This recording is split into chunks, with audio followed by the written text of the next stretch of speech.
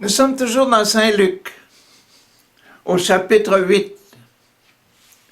Et aujourd'hui, nous commençons à « Heureux ceux qui pleurent, car vous rirez. » 7 petits passages sur « Heureux ceux qui pleurent ». Et nous sommes ici dans notre tableau. Heureux ceux qui pleurent, ici.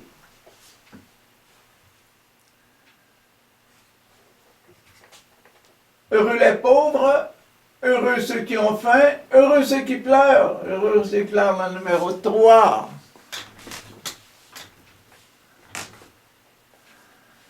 La réconciliation.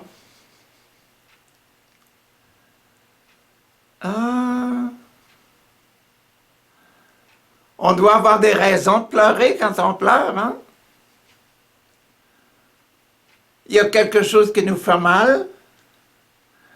Merci Seigneur pour nous donner la paix quand il y a quelque chose qui nous fait mal. Merci, merci.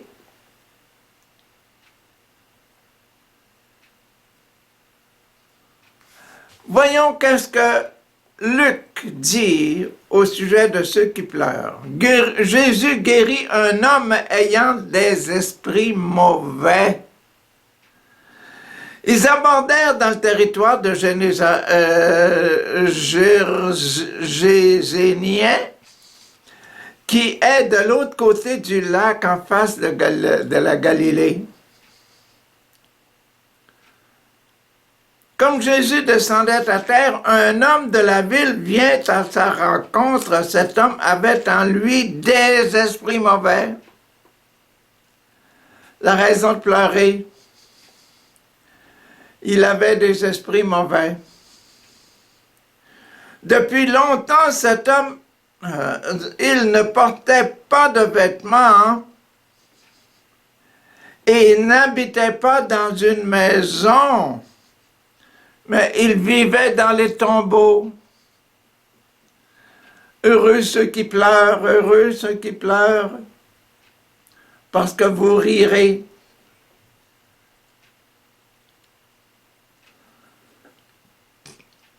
Quand il vit Jésus, il poussa un cri et tomba à ses pieds et dit d'une voix forte, « Que me veux-tu, Jésus, fils du Dieu très haut? »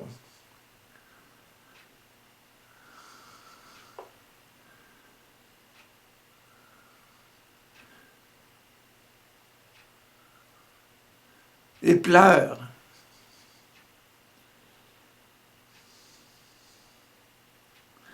Je t'en prie, ne me punis pas. Il pleure. Il dit cela parce que Jésus ordonnait à l'esprit mauvais de sortir de lui.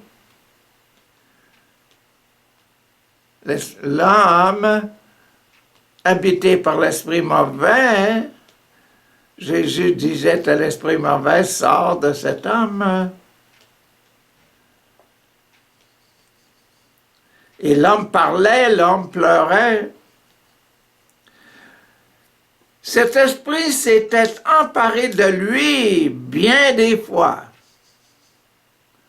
On attachait alors les mains et les pieds de l'homme avec des chaînes pour le garder, mais il rompait ses liens et l'esprit l'entraînait vers des lieux de désert.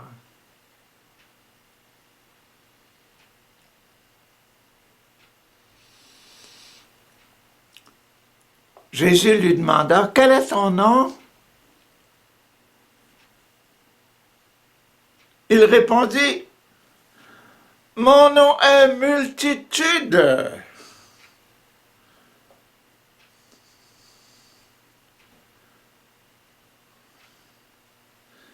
Il dit cela parce que de nombreux esprits mauvais étaient entrés en lui.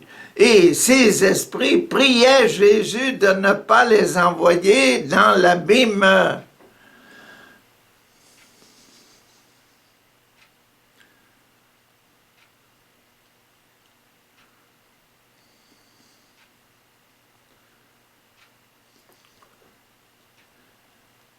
il y avait là un grand troupeau de porcs. Les porcs, un animal rejeté par les Juifs parce que la viande était douteuse et puis à manger, quand la viande commençait à fermenter, ça rendait les gens malades. Donc c'était une viande défendue.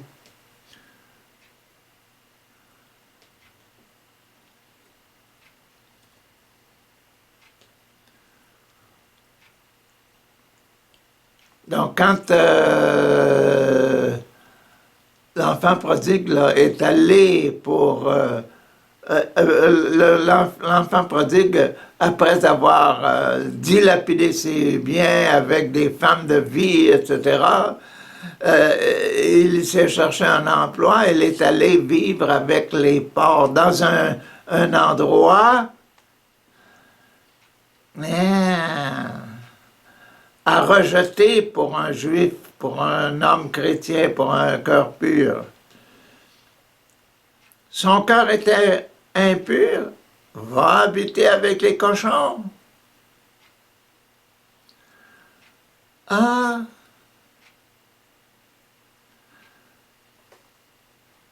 Il y avait là un grand troupeau de porcs qui cherchait sa nourriture sur la colline. Les esprits prièrent Jésus de leur permettre d'entrer dans les ports. Il le leur permit. Alors, les esprits mauvais sortirent de l'homme et entrèrent dans les ports. Tout le troupeau se précipita du haut de la pente dans le lac et s'y noya.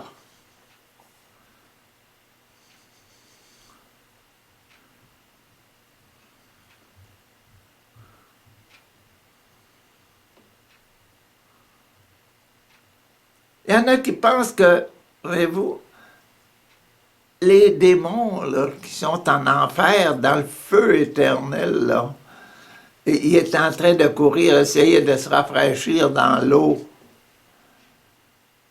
C'est pas une mauvaise idée. Rafraîchir leur tourment en s'en allant dans l'eau. Mais ça n'ajoute pas beaucoup à notre connaissance. Quand les hommes qui gardaient les ports virent ce qui était arrivé, ils s'enfuirent et portèrent la nouvelle dans la ville et dans les fermes d'où venaient les porcs. Les gens sortirent pour voir ce qui s'était passé.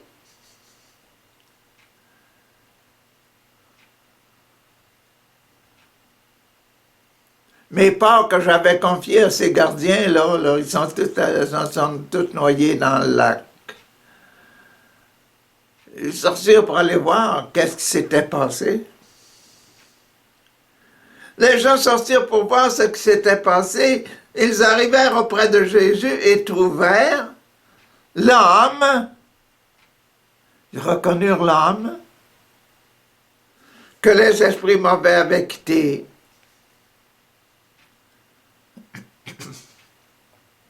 Il était assis au pied de Jésus. Il portait des vêtements, il était dans son bon sens. Bienheureux ceux qui pleurent, vous rirez. Ah, il est en train de rire, il est en train de se plaire d'être avec Jésus. Il avait été délivré de ses ennemis, les esprits impurs. Il avait été purifié. C'était comme pour lui le baptême. Une réconciliation. Nous sommes dans le sacrement de la réconciliation. Ils virent cet homme-là et ils prirent peur. Ceux qui avaient tout vu leur racontèrent comment l'homme aux esprits mauvais avait été guéri. Alors, toute la population du territoire demanda à Jésus de s'en aller de chez eux, car ils avaient peur.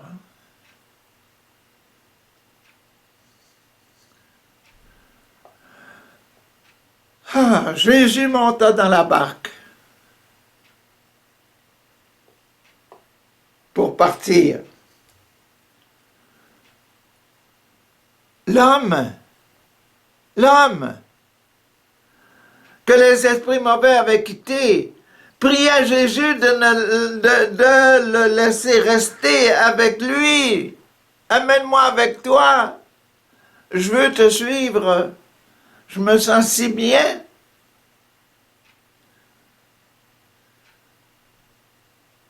Mais Jésus le renvoya en disant, retourne chez toi. Retourne chez toi et raconte tout ce que Dieu Yahvé a fait pour toi.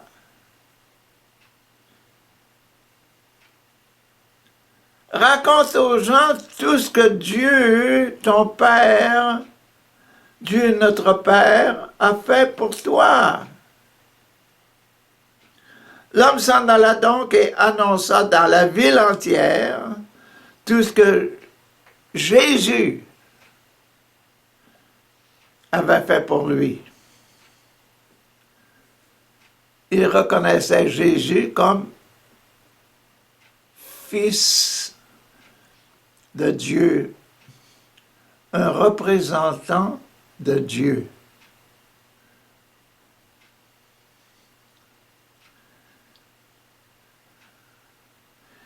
Et maintenant, il était rendu un prophète.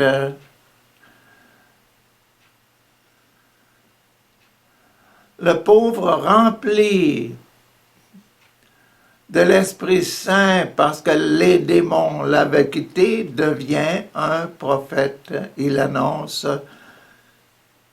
la venue du royaume de Dieu.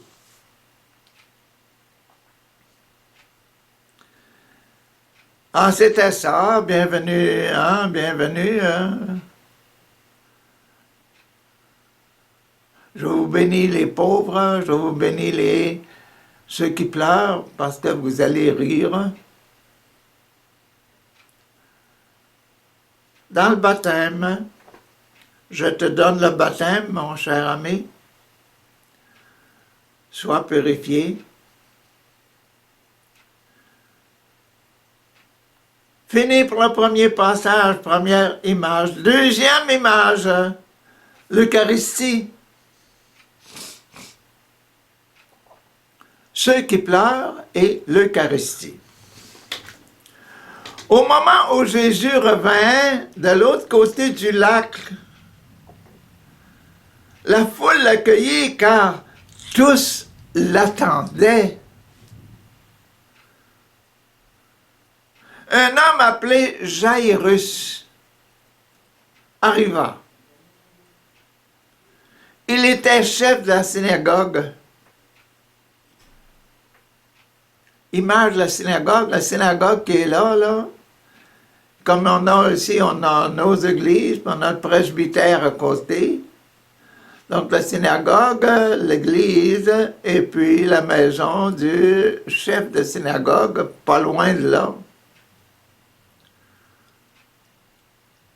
Donc, la maison du chef de la synagogue, c'est un lieu assez occupé. Beaucoup de monde alentour. Comme dans nos églises, la résidence du curé, etc., avec le conseil de paroisse, etc., le presbytère, c'est un endroit assez populaire, assez habité. Il se jeta aux pieds, le chef de la synagogue se jeta aux pieds de Jésus et le pria de venir chez lui. On est encore à côté du lac, là. Jésus vient juste d'arriver de l'autre côté du lac. Il l'a prié en priant Jésus de venir chez lui parce qu'il avait une fille unique. Une fille unique, sa seule petite fille, âgée d'environ 12 ans, qui était en train de mourir. Viens Jésus, ma fille est en train de mourir.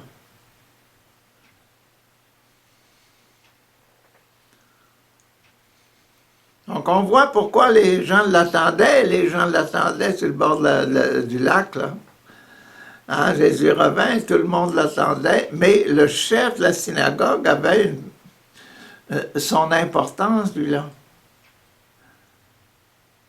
Pendant que Jésus s'y rendait, pendant que Jésus se rendait avec le chef de la synagogue, avec Jaïr, la foule le pressait de tous les côtés. Hop, une femme qui souffrait d'une perte de sang depuis 12 ans. Elle avait dépensé tout ce qu'elle possédait chez des médecins, mais personne n'avait pu la guérir. Elle vient couper, arrêter un peu la marche. Et c'est l'image numéro 3. L'image numéro 3, l'image de la réconciliation. Elle avait dépensé tout son argent. Essayer de guérir, essayer de guérir, essayer de guérir. Elle pleurait, pleurait, pleurait, sa perte de sang.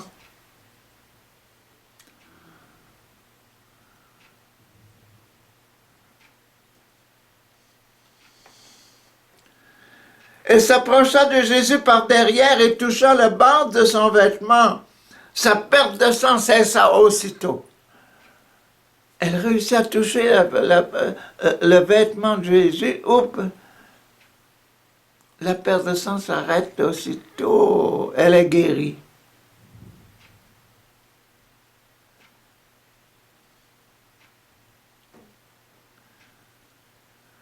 Jésus demanda, « Qui m'a touché? Qui m'a touché? » Tous niaient l'avoir fait, et Pierre dit, « Maître, la foule t'entoure et te presse de tous côtés. » Mais Jésus dit, « Quelqu'un m'a touché car j'ai senti une force qui était sortie de moi. »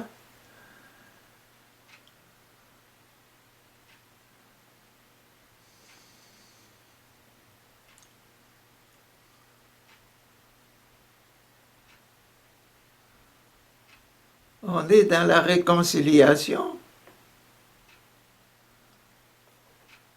Quelqu'un touche, je touche mon type, là, quelqu'un qui m'a fait du tort, ou bien auquel je m'attache pour avoir quelque chose, pour avoir une bénédiction spéciale. Il dit, quelqu'un m'a touché parce qu'une force est sortie de moi.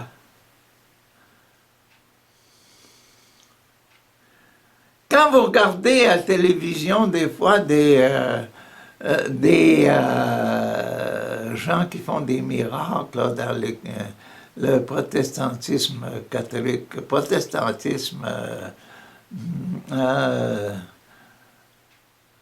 spirituel, là, comme Bénéine et compagnie, vous voyez, comme si une force spirituelle sortait de la main des mouvements, et les gens tombent par terre, les gens sont guéris, etc.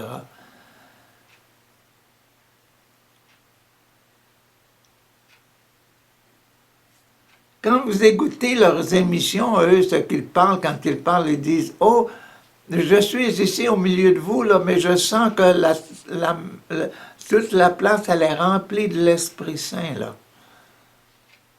Et c'est vrai, et les miracles arrivent. Hein. Donc, il y a une sensation, là.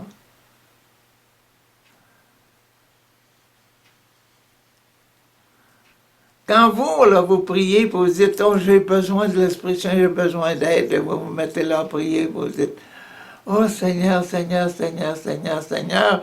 Et puis à un moment donné, oh, il y a quelque chose qu'il faut penser là. Oh, le Seigneur m'a exaucé.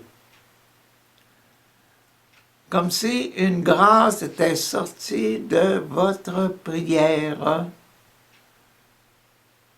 Une force était sortie à cause de la prière, à cause de votre obéissance, à cause de votre obéissance à l'inspiration du Saint-Esprit. C'est exactement ce qui est arrivé ici.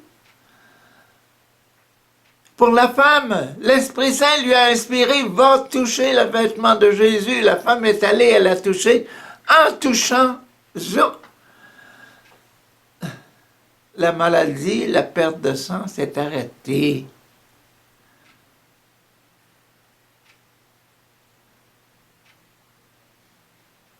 Et la femme, elle a senti la force.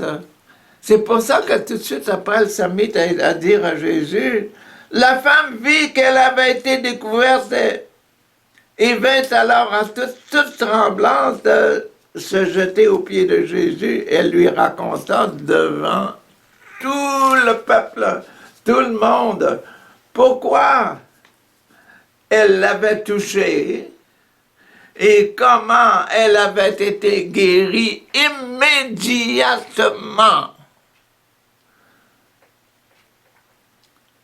Jésus lui dit, ma fille, ta foi t'a guérie. Va en paix.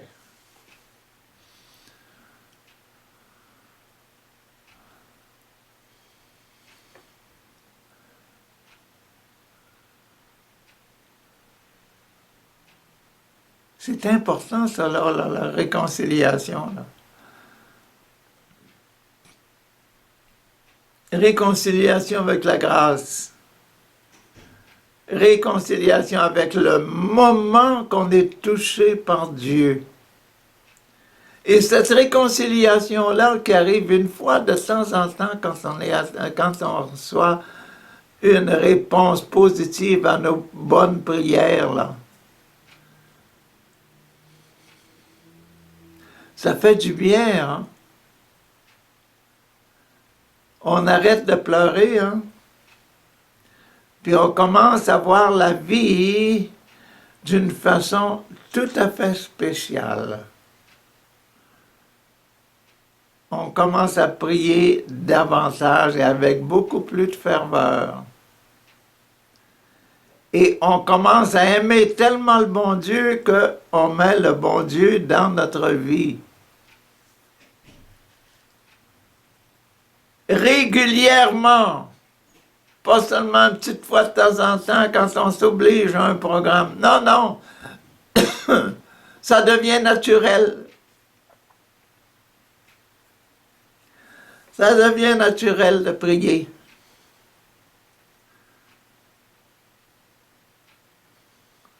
Souhaitons-le. Viens Seigneur, viens nous transformer, viens nous toucher tellement que on sent le besoin naturel de prier avec ferveur, de prier avec foi.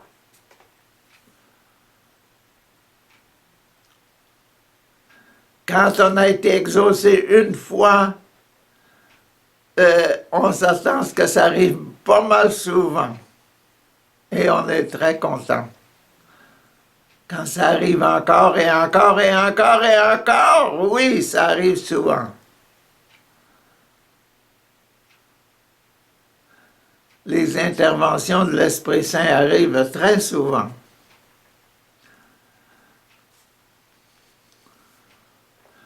Bon, revenons à nos moutons, revenons à l'Eucharistie, venons à l'Eucharistie, la présence de Dieu. Voyez-vous que la réconciliation, c'est aussi une présence de Dieu.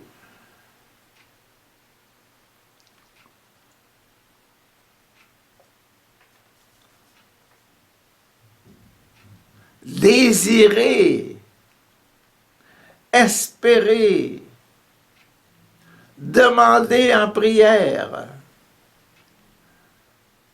Mais là, on est au Jaïr, là, on revient à notre histoire de Jaïr, tandis que Jésus parlait ainsi, un messager vint de la maison du chef Jairus et dit à celui-ci, « Ta fille est morte.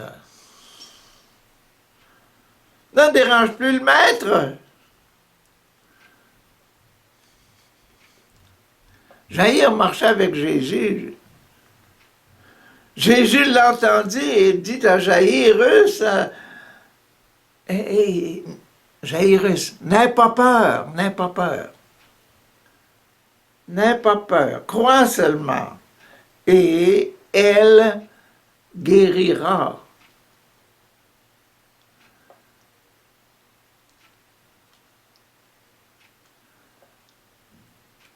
Voyez-vous, quand on fait des bonnes actions, des fois on est tenté au milieu d'une bonne action. On est en train de travailler pour les autres, puis oups, il y a un autre événement qui arrive pour nous déranger, après ça on revient, après ça quelqu'un qui vient nous donner une bonne nouvelle, dérange-toi plus, il n'y a plus moyen. Jésus dit, non, non, non, tu m'as demandé, j'ai commencé à travailler avec toi, je te suis là, continue à croire, crois. Persévère dans ta foi que tu m'as demandé. Si tu m'as demandé quelque chose, c'est la volonté de Papa, mon Dieu, tu vas l'avoir. Tu as eu le courage de me le demander? Crois.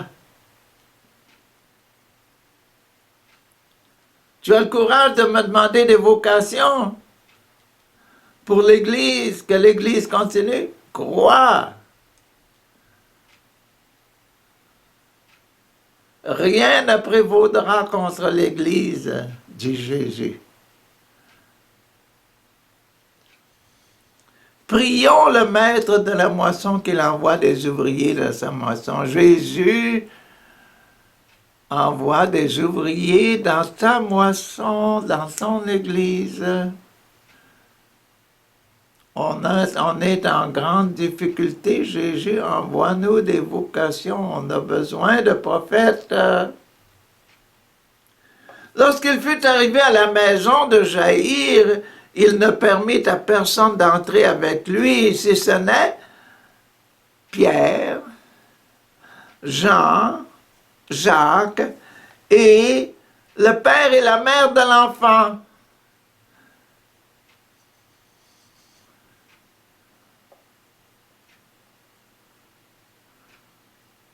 Trois apôtres, Jésus, le père, la mère de l'enfant. Entre dans la maison seulement eux.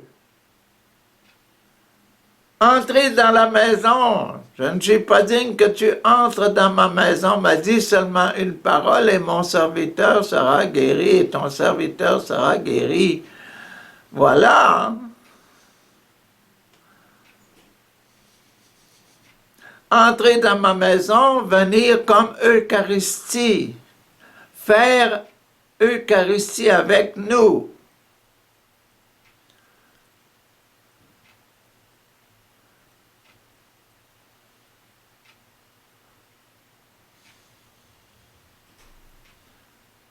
Ah! Tous pleuraient et se lamentaient à cause de l'enfant. Mais Jésus dit, alors Jésus dit, ne pleurez pas, elle n'est pas morte, elle dort. Les gens se moquèrent de lui car ils savaient qu'elle était morte.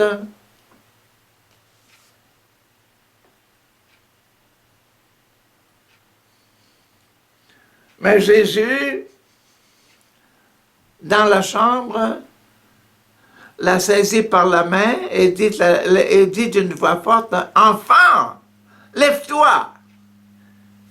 Et elle revint à la vie et se leva aussitôt.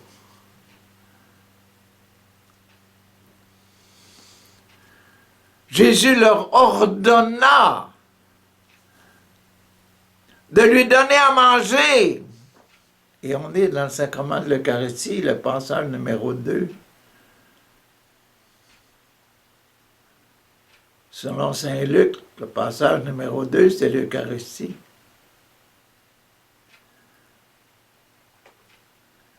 Ses parents furent remplis d'étonnement, mais Jésus leur recommanda de ne dire à personne ce qui s'était passé. Ah, c'est ça, on a vu le numéro 2 sur l'Eucharistie et le numéro 3 sur la réconciliation avec la femme. Clic, clic. Nos images des 3 sacrements.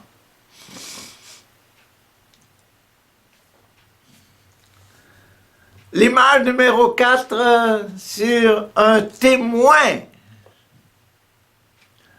prophète, confirmé, le sacrement de confirmation. Ah, sacrement de confirmation, confirmer quoi? Confirmer que ceux qui pleurent vont rire. Confirmer que ceux qui pleurent vont rire. Clic, attention. Jésus réunit les 12. Venez ici, là, venez. Les 12 disciples leur donna le pouvoir et l'autorité de chasser tous les esprits mauvais. Et le pouvoir de guérir les malades. Je vous donne le pouvoir, là. Je prie sur vous. Recevez le pouvoir de guérir et le pouvoir de chasser les démons.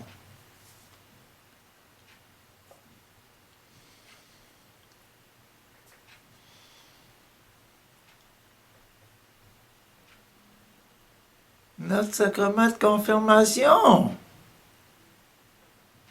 C'est dans notre sacrement de confirmation recevoir le pouvoir. Dans notre évêque, je te confirme, agis maintenant comme un chrétien.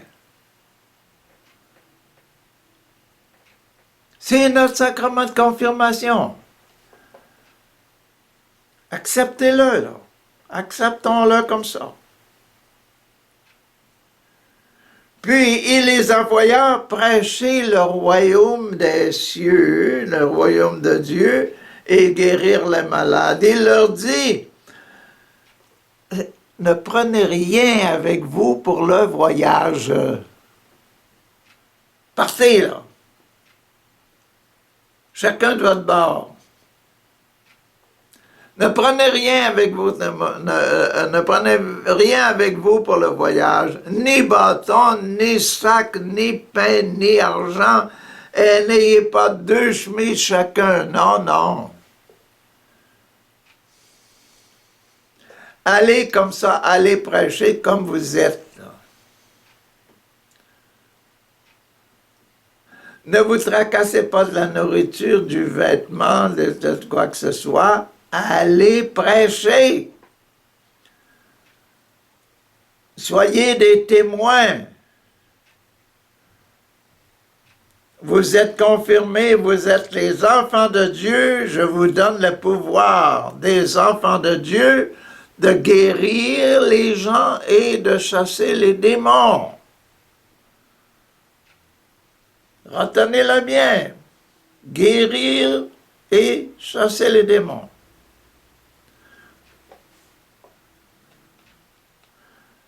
Partout où on vous accueillera,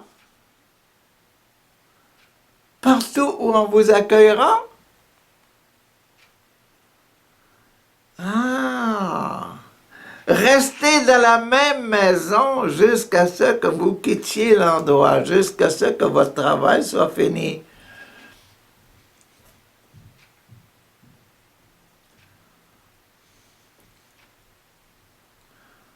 On vous envoie dans une paroisse, les prêtres, là. Restez là. Occupez-vous des gens jusqu'à ce que votre mission soit terminée. L'évêque va vous changer après 2 ans ou 3 ans ou bien 5 ans, comme c'est l'habitude dans le diocèse. Ne vous tracassez pas de votre nourriture, de vos vêtements, etc. Non, vous allez trouver du monde pour le faire.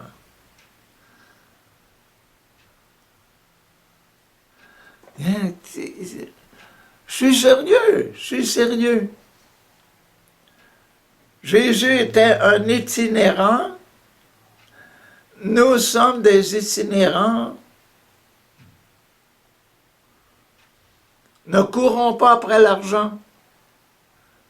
Courons après ceux qui sont malades, ceux qui sont remplis du démon. Chassez les démons et guérissez.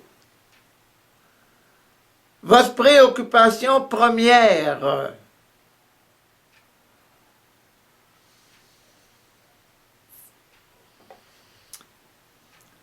Partout où les gens refuseront de vous accueillir, quittez leur ville et secouez la poussière de vos pieds. Ce sera un avertissement pour eux. Si on vous refuse dans un pays, si on vous refuse dans une place, quittez.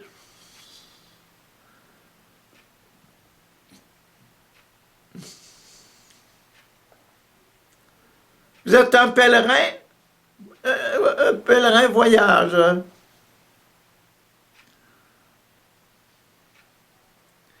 Les disciples partirent, ils passaient dans tous les villages et annonçaient la bonne nouvelle, puis guérissaient partout les malades et des malades et des malades.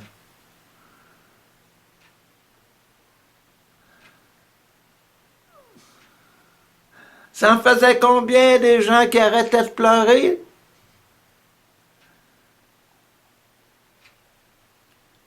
Des gens dont le démon sortait.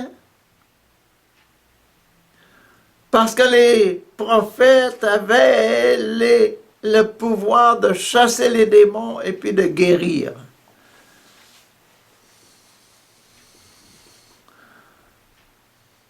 Et Jésus avait dit à Jean-Baptiste un peu plus tôt, là,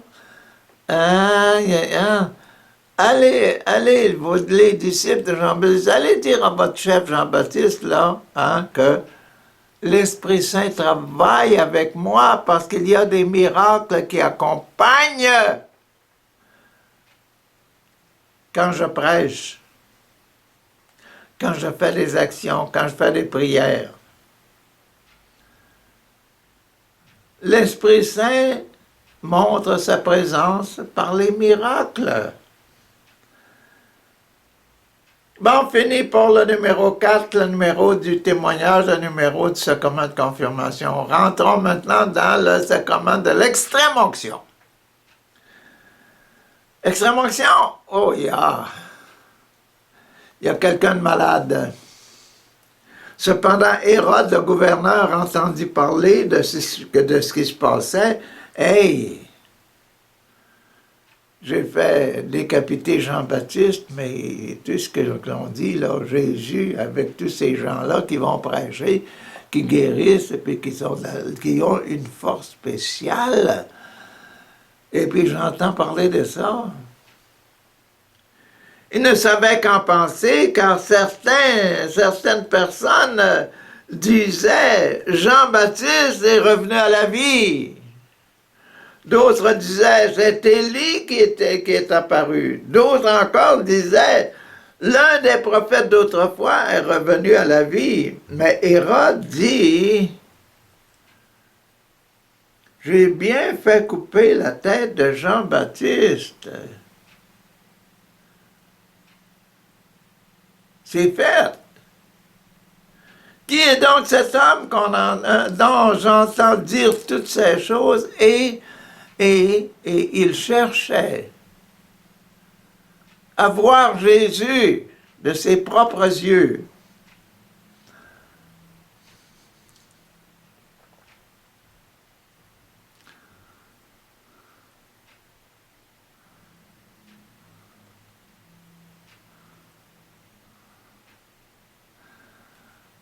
Le sacrement des malades, là, il y en a combien de gens qui avaient parlé à Hérode?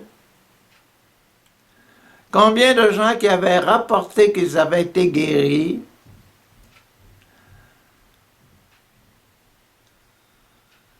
Le résultat du sacrement de l'extrême-onction, là, c'est toutes ces guérisons-là. Tous ces gens-là avaient arrêté de pleurer, puis maintenant, ils croyaient qu'il y avait un Messie en Israël, que Dieu sauvait son peuple, revenait dans son peuple. Passons au numéro 6 maintenant. Numéro 6, les cœurs purs, les cœurs purs, les cœurs purs, les cœurs purs. Ah! Les apôtres vinrent et racontèrent à Jésus tout ce qu'ils avaient fait. Ils revinrent de quoi? De leur visite dans les places d'alentour, prêcher, chasser les démons, guérir, etc. Les apôtres vinrent raconter à Jésus tout ce qu'ils avaient fait. Il les amena et se retira avec eux seuls vers une ville appelée Bethsaïda. Mais les foules l'apprirent et le suivirent. Jésus les accueillit, leur parla du royaume de Dieu et guérit ceux qui en avaient besoin. Encore, encore, encore.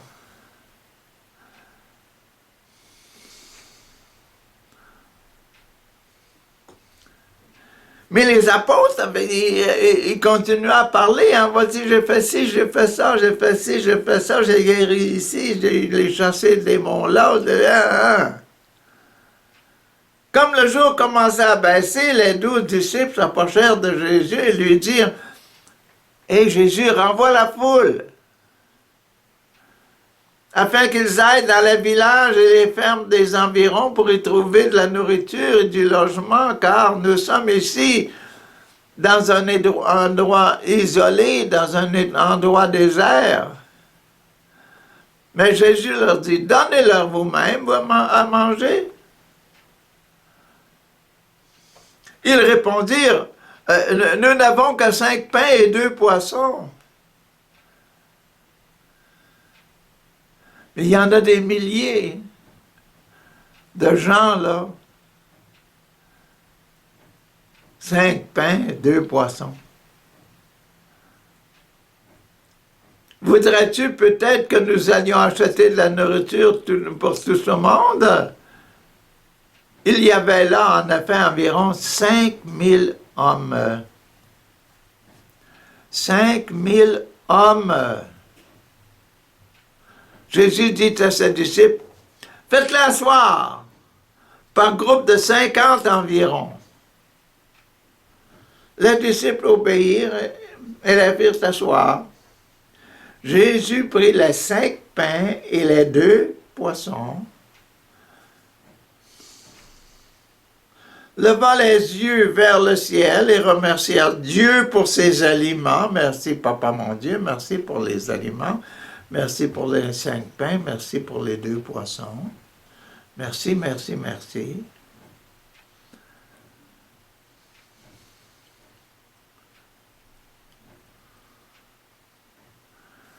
Ah! Et les 2 poissons, levant les yeux vers le ciel et remercia Dieu pour ses aliments, il les partagea, les donna aux disciples pour qu'ils les distribuent à la foule. Et partagea les pains, partagea les poissons, les donna à ses disciples. Chaque disciple approchait avec un panier, et Jésus lui donnait du pain, du poisson, du pain, du poisson, du pain, du poisson. Et les disciples, 12, ils en allaient distribuer à la foule. Tous mangèrent, et ils eurent assez de nourriture. 5000 hommes, sans compter les femmes et les enfants.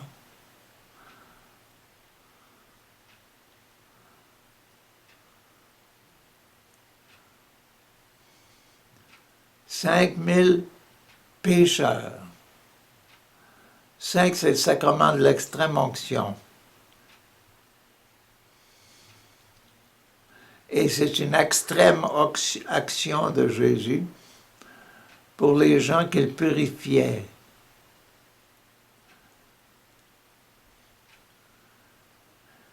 Pensez-vous que les gens savaient d'où venaient les poissons, d'où venaient les pains? Probablement. Il n'avait pas vu quelqu'un aller dans les marchés, il n'y avait pas de camion de pain ou quoi que ce soit dans les alentours. Non. Jésus avait seulement 5 pains et 2 poissons et tout le monde a eu à manger.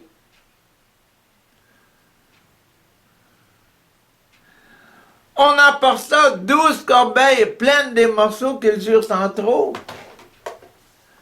Les disciples rapportèrent 12 corbeilles. Chaque apôtre avait sa corbeille pleine de pain, comme Jésus avait mis du pain, du poisson, et sa corbeille, elle s'est toujours restée pleine, et puis à la fin, là, il ramasse, et 12 corbeilles étaient pleines encore. Aïe, aïe, aïe. Mais une chose à laquelle vous n'avez pas pensé, c'est que cet événement-là est passé après que Jésus ait envoyé les apôtres prêcher et les apôtres parlaient des miracles qui s'étaient produits entre leurs mains.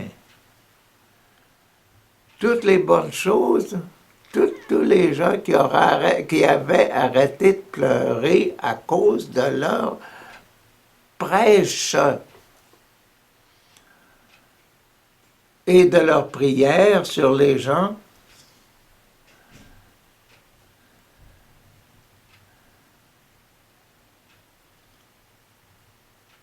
Puis c'était alors Jésus pour mettre une couronne à tout ça, dire, regardez, 5 pains et 2 poissons. 5 plus 2, 7.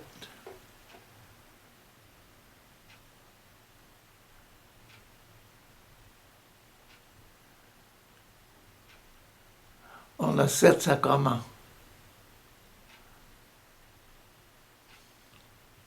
Et ces sacrements-là qui font des miracles et des miracles et des miracles. Je vous confirme, comme apôtre, continuez votre travail. Vous êtes des ordonnés. Et nous sommes dans le numéro 6. Vous êtes en bonne ligne, continuez. Le couronnement pour vous autres, c'est seulement les paroles de Dieu, puis je chasse les démons et guérir. Mais moi, je vous montre qu'avec 5 pains et 2 poissons, on peut faire la multiplication. Avec vous autres, les 12 paniers pleins là, de poissons puis de pain, vous pouvez en faire du bien encore, et du bien, et du bien, et du bien. Continuez. Vous êtes l'Église. Vous êtes mes ordonnés.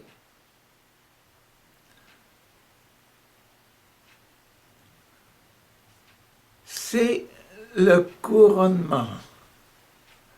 Jésus, la multiplication des pains, ici, c'est le couronnement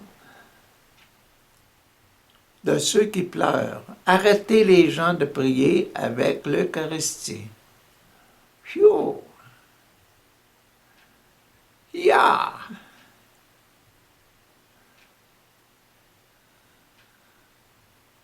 C'est bien le sacrement le plus populaire qu'on ait dans notre religion, hein? Numéro 7, maintenant, hein? La finale de ça, hein?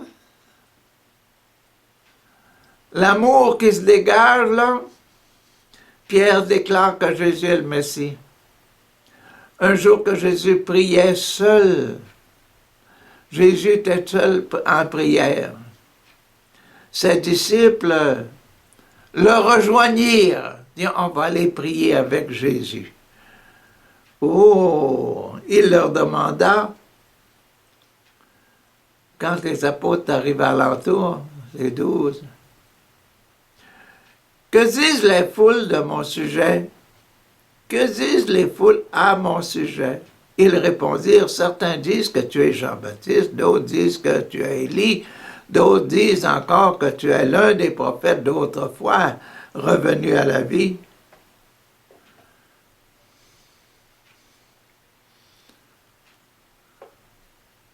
Mais vous, leur demanda Jésus, qui dites-vous que je suis? Pierre.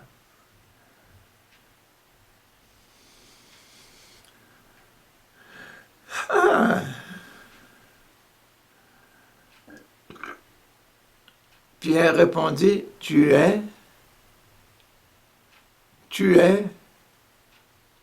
le Messie de Dieu.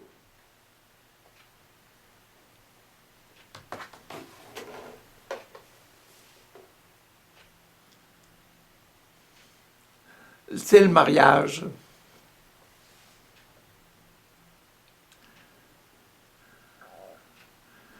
Pierre qui se marie avec Jésus.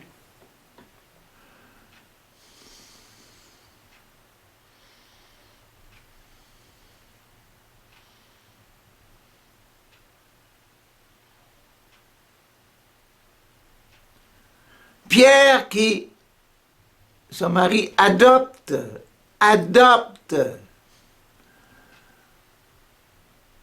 accepte, prend la spiritualité de Jésus. Est-ce que c'est ça qu'on veut dire dans nos mariages, hommes et hommes aujourd'hui, femmes et femmes aujourd'hui, là? Une femme avec une femme, un homme avec un homme? Non, c'est pas ça.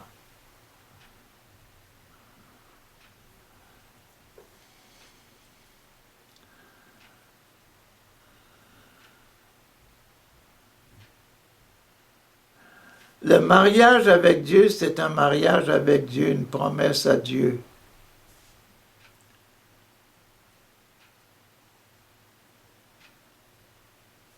Pour avoir des enfants de Dieu.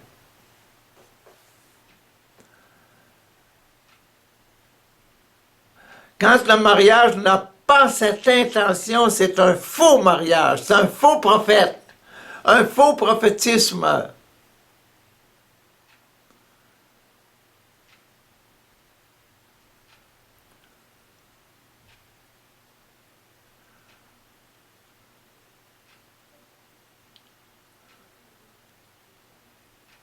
Tous ceux qui se marient aujourd'hui, homme avec homme, femme avec femme,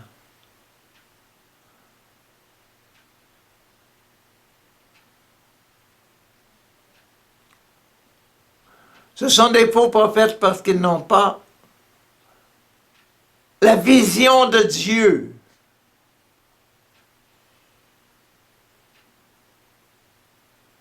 La vision de Dieu, c'est de faire des chrétiens purs, des cœurs purs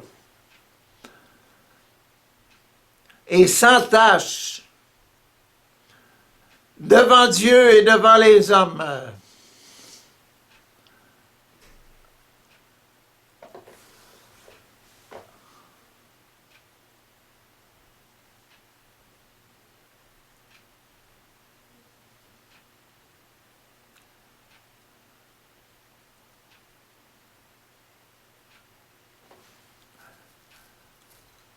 Dans ce sens-là, vous avez oublié de penser là, que les hommes qui se mettent ensemble pour faire la congrégation, une congrégation religieuse, là, hein, qui se privent de mariage, qui font le vœu de pauvreté, de chasteté, d'obéissance pour Dieu et pour l'Église, pour le service de l'Église. Hein. Vous avez oublié que ces gens-là étaient mariés pour Dieu. Ils sont mariés à Dieu. Les femmes, pareil, les religieuses, là.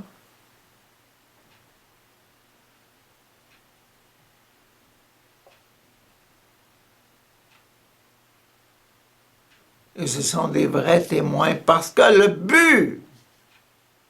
leur but est parfait.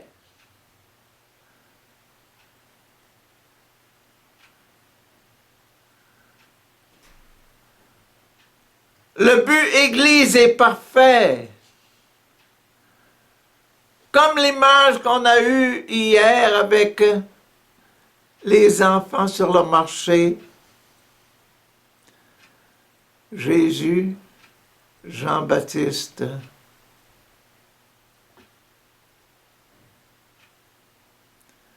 Leur but est parfait. Le mariage, c'est le mariage avec Dieu, dans le but d'avoir des enfants de Dieu et de rendre gloire à Dieu, le Père Tout-Puissant, parce que le cœur reste pur, parfaitement pur et plein d'amour pour le but de la création. Aimer et servir.